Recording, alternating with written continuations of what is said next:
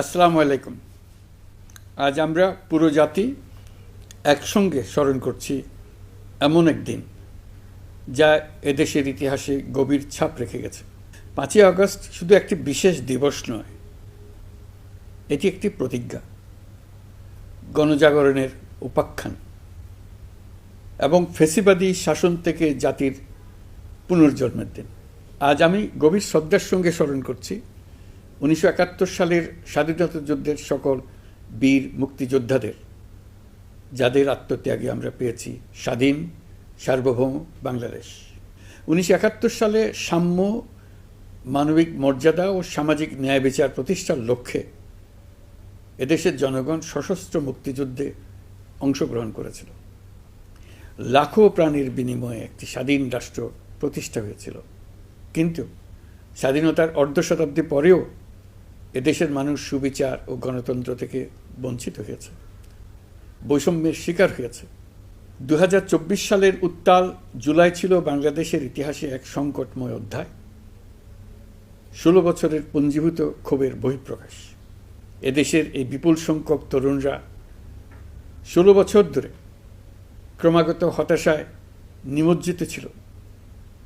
ভালো ফলাফল করেও চাকরির জন্য ক্ষমতাসীনদের দুয়ারে দুয়ারে ঘুরেছে। চাকুরিকে ঘিরে তৈরি হয়েছিল দুর্নীতি, স্বজনপ্রীতি আর তদবির বাণিজ্য।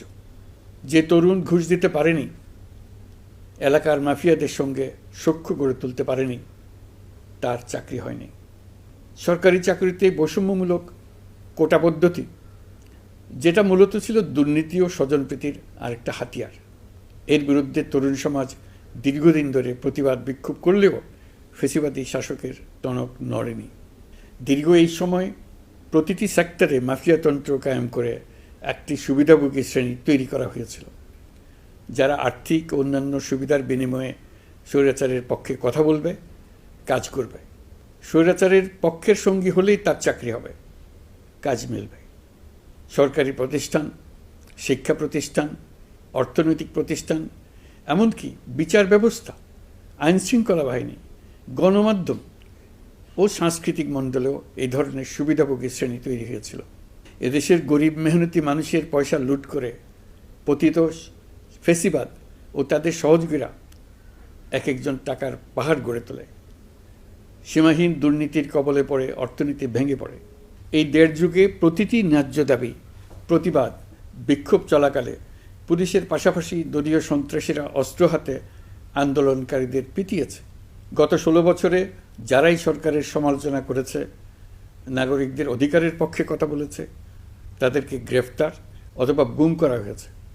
লাখ লাখ বিরোধী দলীয় রাজনৈতিক নেতাকর্মীদের নির্বিচারে আটক, গ্রেফতার করা হয়েছে। এই ভয়াবহ পরিস্থিতিতে 24 জুলাইয়ে দেশের ছাত্র সমাজ, তরুণ প্রজন্ম, সাধারণ মানুষ সবাই একত্রিত হয় এক নতুন দিনের প্রত্যাশায়। সমস্বরে তারা বলে ওঠে, এবার ফ্যাসিবাদকে যেতে হবে। তবু দেশের মানুষের বুকে গুলি চালিয়ে শেষ পর্যন্ত ক্ষমতা আঁকড়ে ধরে রাখতে চেয়েছিল ফ্যাসিবাদী সরকার।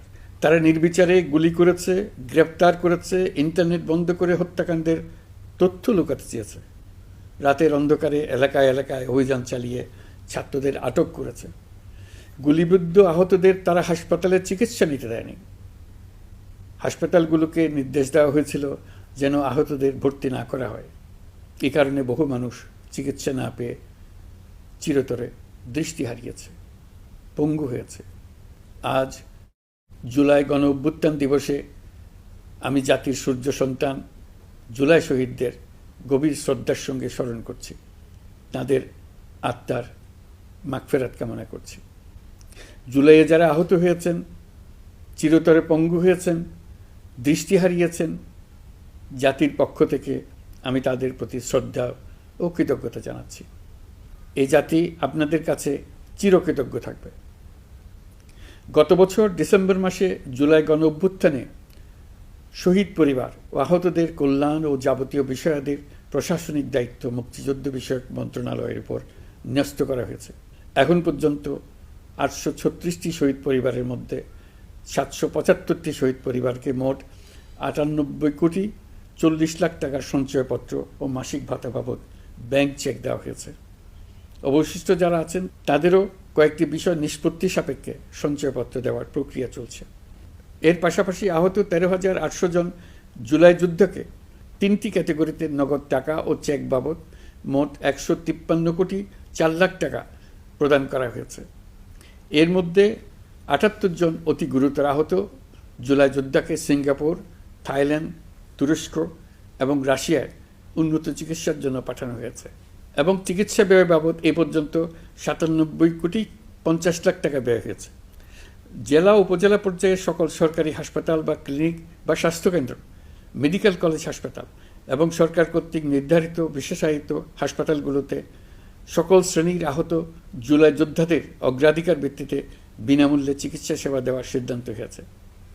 সরকারের পক্ষ থেকে জুলাই শহীদ ও আহতদের জন্য আরও নানা উদ্যোগ নেওয়া হচ্ছে। তবে জুলাইয়ের মহানায়কদের আত্মত্যাগ তখনই সার্থক হবে যখন এই দেশকে আমরা একটি সত্যিকারের জনকল্যাণকর দেশ হিসেবে গড়ে তুলতে পারব। আজ আমরা কেবল অতীত স্মরণ করতে আসিনি, আমরা একটি শপথ গ্রহণ করতে এসেছি।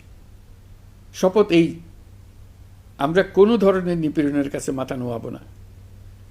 আমরা প্রতিষ্ঠা করব একটা জবাবদিহিমূলক, মানবিক, গণতান্ত্রিক এবং বৈষম্যহীন রাষ্ট্র, এমন রাষ্ট্র যা সবসময় জনকল্যাণে কাজ করবে। জুলাই শহীদদের আত্মত্যাগ আমরা বৃথা যেতে দেব না। তাদের আত্মত্যাগই হবে আমাদের পথ চলার প্রেরণা, তাদের স্বপ্নই হবে আমাদের আগামী বাংলাদেশের নির্মাণ রেখা। আজকের এই দিনে এটাই হোক আমাদের শপথ। মহান আল্লাহ আমাদের সহায় হন। আল্লাহ হাফিজ।